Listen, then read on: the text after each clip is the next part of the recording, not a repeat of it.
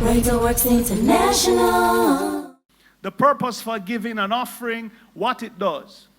Now, an offering that a person have when you come to the house of God is not just money. Hallelujah. Or I want to say it this way. Every time you have money in your wallet or in your purse, you have spirit in paper form. Money is a spirit in paper form. Hallelujah. Money represents one spirit. Now, God is a spirit, and they that worship him must worship him in what? Spirit and in truth. So remember, the spiritual things must go with spiritual things.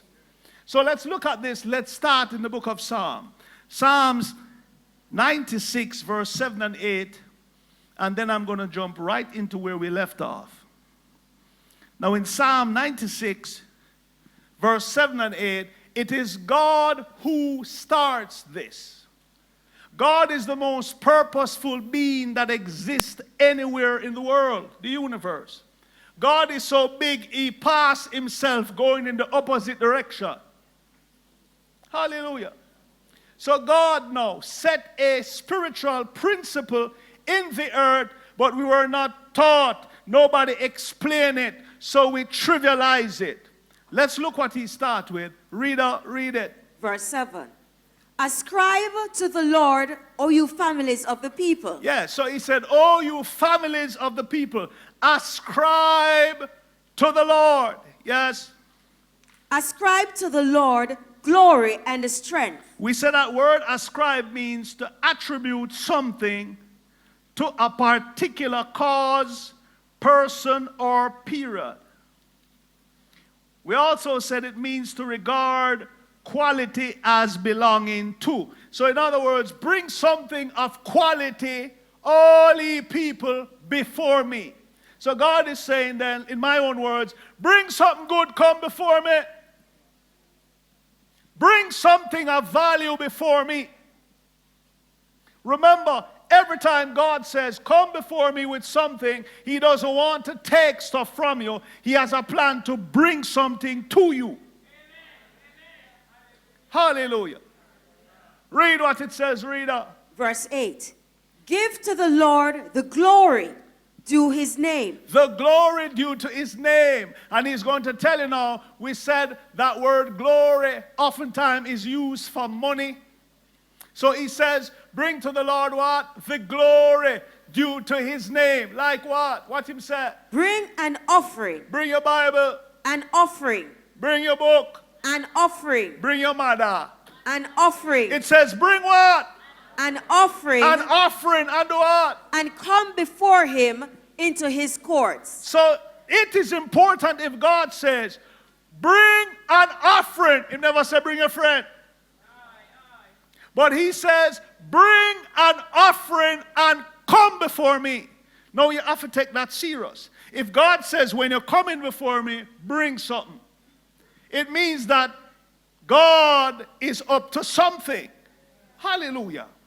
If the maker said, bring something and come before me, why you must go with the two angles?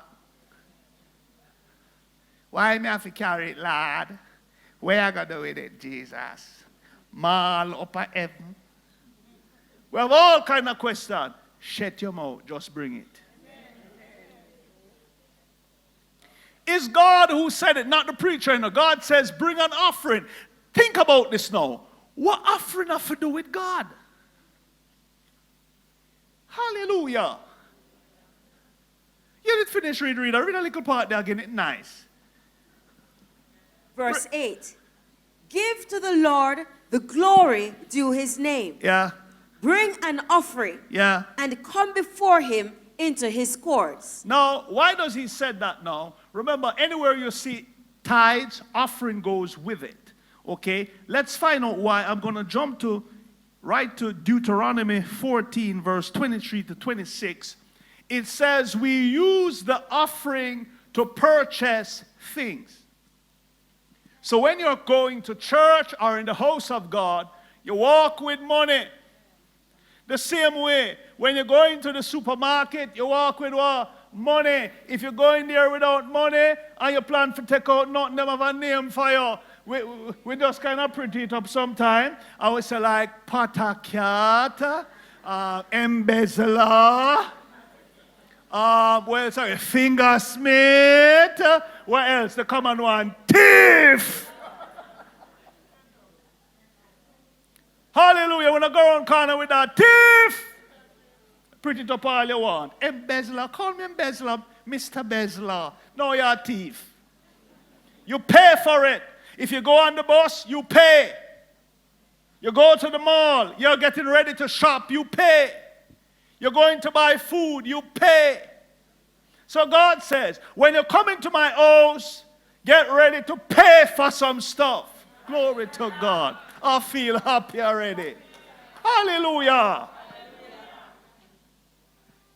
Let's look at how we do this from the book of Deuteronomy. Read, reader.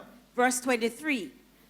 And you shall eat before the Lord your God. Yes. In the place in which he will cause his name and presence to dwell. Yes. The tithe. The tithe, yes.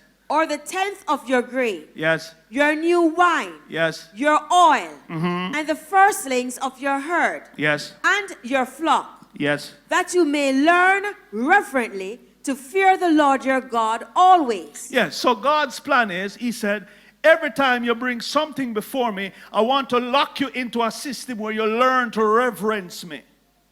He says, I want to teach you how to keep reverencing me. Learn to appreciate me. Hallelujah. Read some more. Let's find out how. Verse 24. And if the distance is too long for you to carry your tithe. Yes. Or the place where the Lord your God chooses. Yes. To set his name and presence is too far away for you. Yes. When the Lord your God has blessed you. You see that? When the Lord your God has blessed you, if the place too far, and you have a cow, you have some head of goat, pig, whatever, and them way a country, God said too far if you carry them on the bus. If it's too far, what they must do? Verse 25. Then you shall turn it into money. You turn it into money. Underline that. You turn cow into money. You turn goat into money. One way you can turn them into money. Sell it. I want you to underline that, because I'm going to share something. So you turn cow into what? Money. Remember, money represents life, and money is a spirit. So God says, I'm going to teach you a principle. When you have stuff and you're coming to the house of God and it's too far, turn it into paper form where you can carry it. So in other words then, if I have 4 head of cow or 4 cows, 6 goat, them all give me trouble for carry from even out of the road for coming out. Goat a go on go right, cow a go on go left, one no one move. Hallelujah. But listen how I get them to move. When I turn them into money, I have 4 cow, 3 goat in my wallet. Hallelujah. Hallelujah. Hallelujah. I feel happy again.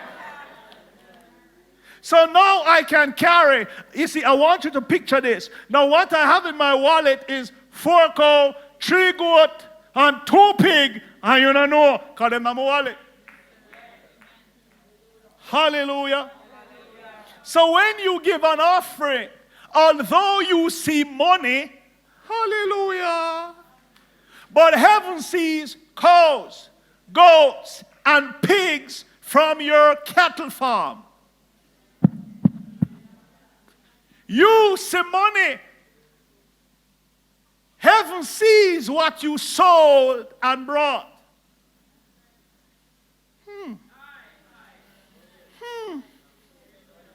So since you underline that, watch this principle now. I don't want to forget, so let me tell you now.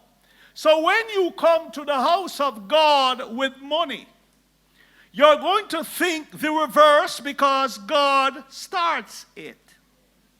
So I have money and I'm going to turn my money into whatsoever I desire. Hallelujah. If you can turn the cow into money, then we can turn money into things. Touch three persons. I'm out to turn some money into some things. Hallelujah. I want to change your mindset. For years, the church, they have just been stuck in a rut. No person in the house of God should be poor.